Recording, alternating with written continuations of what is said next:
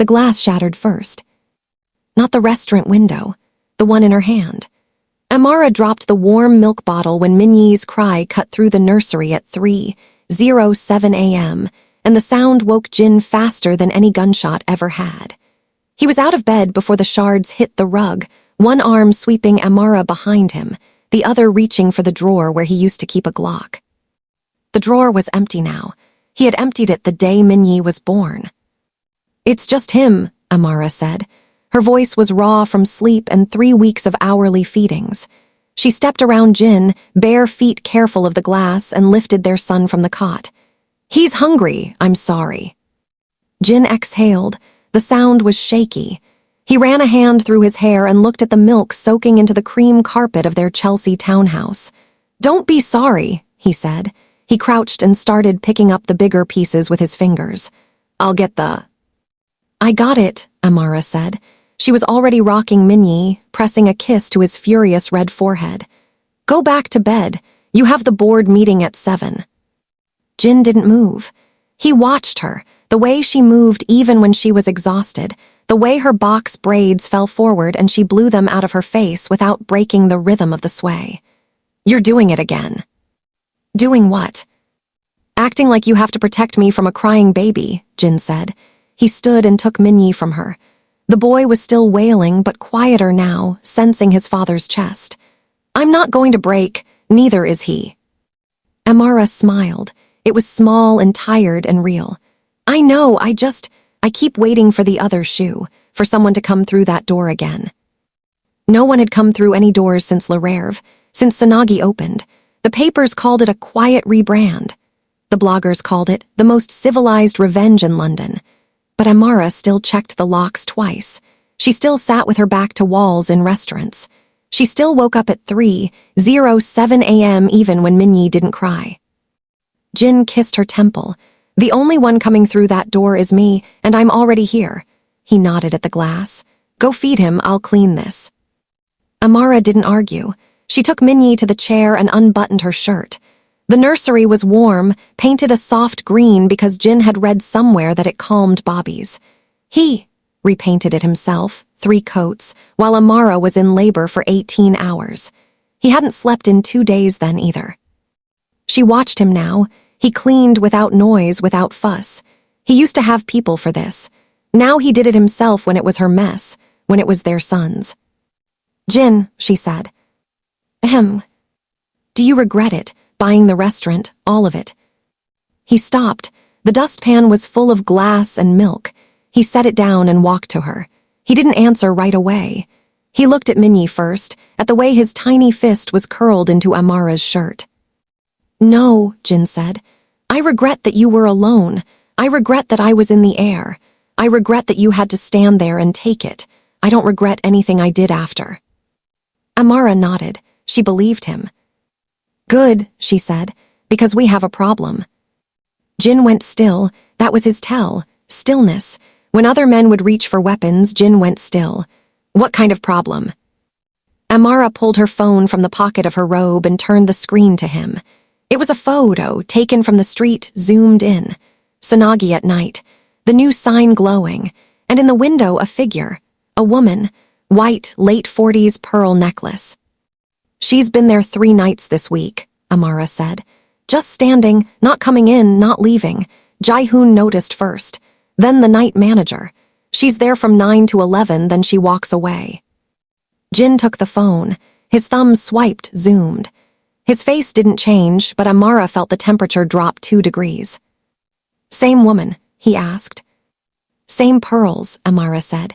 "She filmed me at Lererve, you remember." Jin remembered everything. He remembered the way the woman's hand shook when he told her to keep recording. He remembered telling Jae-hoon to find her name, then telling him to just send flowers. He remembered Amara saying, "My son is Korean and he's watching." "She got the flowers?" Jin asked. "Card and all," Amara said. "Jae-hoon hand-delivered them. She lives in Mayfair, husband's in finance, hedge fund, 2 kids both in uni. She sent a thank you note, handwritten, said she was mortified by her behavior and praying for our family. And now she's standing outside our restaurant," Jin finished. He handed the phone back. You want me to talk to her? Amara looked down at Minyi. He was asleep now, milk drunk, mouth loose. No, I want to talk to her. Jin's eyebrow lifted. Alone. With you, Amara said. But I talk, you stand there like you did before. Amara. I'm not scared of her, Amara said. I just want to know why stand there? Why now? The story's dead. The video never leaked, we never pressed charges, we never even named her. So why? Jin studied her, then he nodded. Okay, tomorrow we close early, 9, you, me, and her. Amara let out a breath she didn't know she was holding. Thank you. Don't thank me, Jin said. He brushed a thumb over Minyi's cheek. She stood outside my son's nursery, even if it's just a sidewalk. That's my problem now. They didn't sleep after that. Amara fed Minyi again at 5. Jin made coffee and answered emails from Seoul. At 6, the sun came up and London looked clean and new, like nothing bad ever happened there. At 8:50 the next night, Sanagi was empty. The last table had been a couple from Notting Hill who ordered the kimchi jjigae and cried because it tasted like their honeymoon. Amara comped their dessert. Jin watched from the bar, memorizing faces, the way he always did. At 9, Jae-hoon locked the front door. The staff left through the back, each one nodding at Amara. Chloe was last. She'd been kitchen porter for 3 months now, and her hands were calloused and her uniform was always stained. She stopped apologizing every day. Now she just worked. Mrs. Kim, Chloe said, you good? I'm good, Amara said. Go home, see your mum. Chloe nodded. Text me if. I will, Amara said, but I won't need to. Chloe left. The restaurant was quiet. Only the low hum of the fridges and the soft jazz Amara liked. She's here, Jae-hoon said from the window. He didn't point, he never pointed. Across the street, same coat. Jin stood. He was wearing a black sweater today, no suit, no armor, just him. Bring her in. Jae-hoon went out. Amara stayed by the portrait, her portrait, 8 months pregnant, dry, smiling. Everyone belongs here. She touched the frame. The door opened. The bell chimed. The woman with the pearls stepped inside. She was smaller than Amara remembered. Thinner. Her coat was expensive but old. Her pearls were real. Her eyes were red like she hadn't slept either. Mrs. Kim, the woman said. Her voice was educated, Mayfair crisp. Mr. Kim. Ms. Harrington, Jin said. He didn't move from Amara's side. Clara Harrington, you've been standing outside my wife's restaurant. Clara flinched at wife. She looked at Amara, then at the portrait, then back at Amara. I didn't mean to trespass. The sidewalk is public, Amara said. Her voice was calm. She'd practiced. You can stand there all night. I want to know why. Clara's hands twisted together. No phone this time. No camera, just a wedding ring and nails bitten to the quick. I wanted to apologize properly, not a note, not flowers face to face. You had 3 months, Jin said. Why now? Clara looked at Minyi. Amara had him in a sling tonight, wrapped against her chest. He was awake, dark eyes taking in the room. My son, Clara said. My oldest, he's at Edinburgh. He saw the story, not the video, the story. It ran in the Korean papers. His girlfriend is Korean from Busan. She swallowed. She broke up with him, said her family saw what I did, said they don't want their daughter with a boy who's mother. She couldn't finish. Amara closed her eyes, just for a second. So you're here because it cost you something, Jin said. It wasn't a question. I'm here because I was wrong, Clara snapped. Then she deflated. And yes, it cost me, it cost him, and I deserve that. But I keep seeing your face. In my head, the water, your hand on your stomach, I dream about it. The room was silent. Only Minyi made a sound, a small grunt. You want forgiveness, Amara said. I want to understand how to be better, Clara said. I don't know what I want. I'm sorry, I'm so sorry. Amara stepped forward. Jin didn't stop her. He never stopped her. You want to know how to be better, Amara said. Stop standing outside. Come inside. Sit down. Eat. Look at me. Look at my husband. Look at my son. And remember that we're people. Not a video. Not a lesson. People. Clara stared. That's it.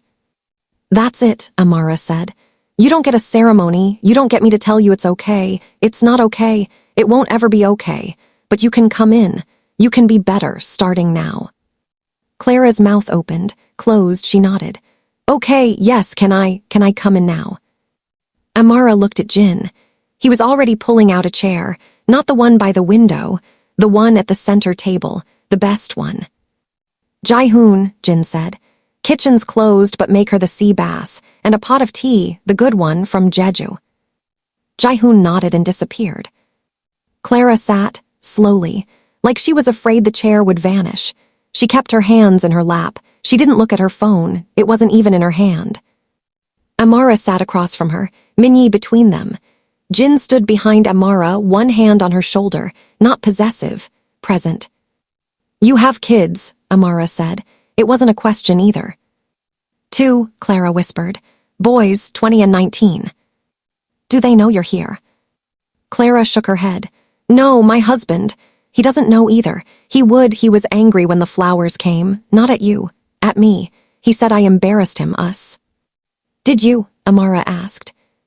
Yes, Clara said. I did. I embarrassed him. I embarrassed my sons. I embarrassed myself. Good, Amara said. Hold on to that, not the shame, the truth. You did it, so you get to fix it. The tea came. Jae-hoon set it down without a word. The sea bass followed. Clara didn't touch it at first. She looked at Amara. May I? She asked. Amara nodded.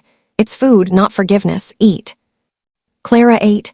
She was crying by the third bite, but she ate. She didn't apologize again. She didn't perform. She just ate and listened when Amara talked about Minyi's colic, about London rent, about how hard it was to find good black hair products in Kensington. Jin didn't speak. He just refilled the tea. An hour later, Clara stood. She was steadier. Thank you, she said, for the food, for this. You can come back, Amara said. Anytime, bring your husband, bring your sons, when they're ready. Clara nodded. She touched her pearls like she was thinking of taking them off. She didn't. She just tucked them under her coat. I will, I promise. She left. The bell chimed. Jae-hoon locked the door again. Amara let out a breath. Minyi had fallen asleep during the tea. Well, Jin agreed. He pulled her chair back and turned her to face him. How do you feel? Tired, Amara said. But clean, like after Sanagi. The rain hits and then it's over and the air smells new. Jin smiled. That real one. The one that was only for her. You were amazing. You were quiet, Amara said. That's new. I'm learning, Jin said. Some battles aren't mine. They're yours. I'm just here to make sure no one touches you while you fight them. Amara stood on her toes and kissed him. Minyi squirmed between them and they both laughed. Come on, Jin said. Let's go home, I'll carry him. You carried everyone else tonight. They walked out together. Jae-hoon turned off the lights. The portrait of Amara watched the empty room. Everyone belongs here. The next morning, the video leaked. Not from Clara, from a burner account. 30 seconds, water, laughter, the word you people. Then Jin walking in, then cut to black. It hit 2 million views in 4 hours.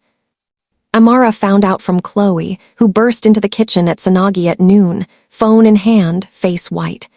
Mrs. Kim, I'm so sorry, I didn't. I know, Amara said. She was plating banchan. Her hands were steady. It's not you. Jin was already on the phone. Korean, rapid, clipped, then English, then back to Korean. He hung up and looked at Amara. Jae-hoon's tracing it. It's a bot farm. Someone paid for it. We'll know who by tonight. Amara nodded. She set the plate down. Cancel reservations. No, Jin said. We open, we double the staff. We comp every meal. And we put a TV on the bar. We play the video on loop. Amara blinked. What? If they want a show, we give them a show, Jin said. Then we show them what happens after. We show them you. We show them him.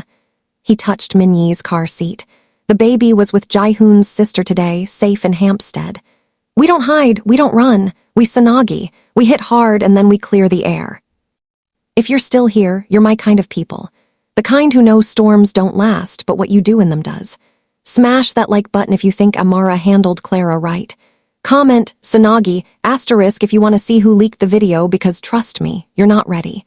And subscribe right now because part 3 drops next Friday and the whole city is about to pick a side. I read every comment. Your take might change the story. By 5 p.m., Sanagi was full, not with hate, with people. Young, old, black, Korean, white, brown. They ordered sea bass. They ordered kimchi. They looked at the portrait and they looked at Amara and they said thank you when she brought water. Not because they had to, because they wanted to. Clara came at 6. She didn't stand outside. She walked in head high. Her husband was with her, tall, gray, holding her hand. Their sons came at 7.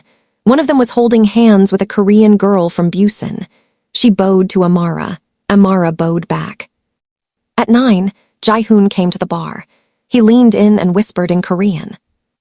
Jin's face didn't change, but his knuckles went white around his glass.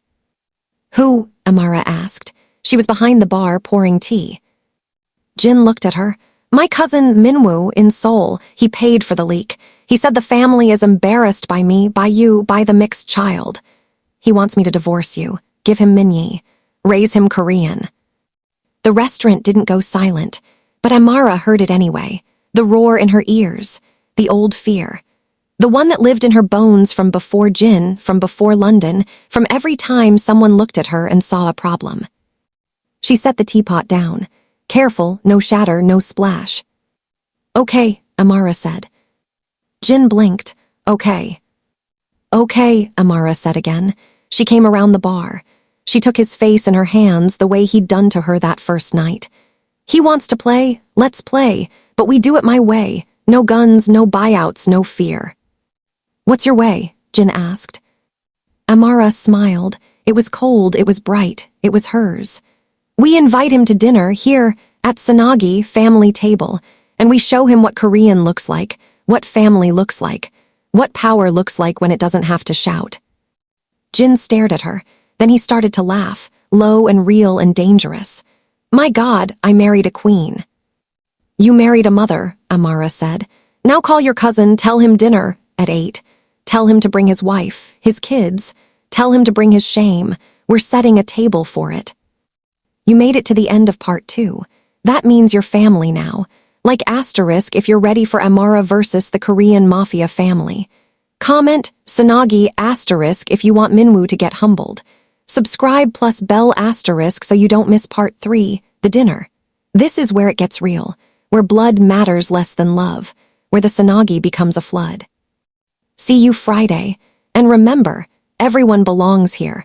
But if you come for my family, you better be hungry, because we serve consequences with the sea bass.